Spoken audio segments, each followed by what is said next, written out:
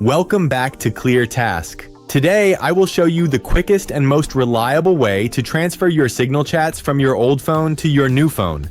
In the past, you had to manually go into your settings, create a local chat backup, move that file to your new device, and then restore it. While that manual backup method still works for Android users, Signal has introduced a much easier direct transfer feature that works seamlessly for both Android and iOS. Here is the updated, hassle-free method.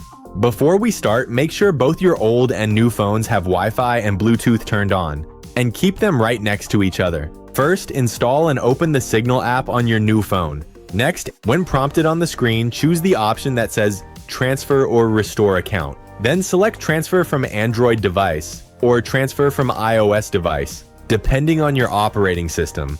Now, just use your old phone to scan the QR code displayed on your new phone screen, and that's it. The transfer process will begin immediately. Keep both phones nearby and leave the Signal app open until the progress bar is 100% complete. Once finished, all your chats and media will be safely on your new device, and Signal will be deactivated on the old phone for your security. If this guide helped you out, please leave a like, subscribe to ClearTask, and hit the notification bell so you never miss a tutorial. See you in the next one.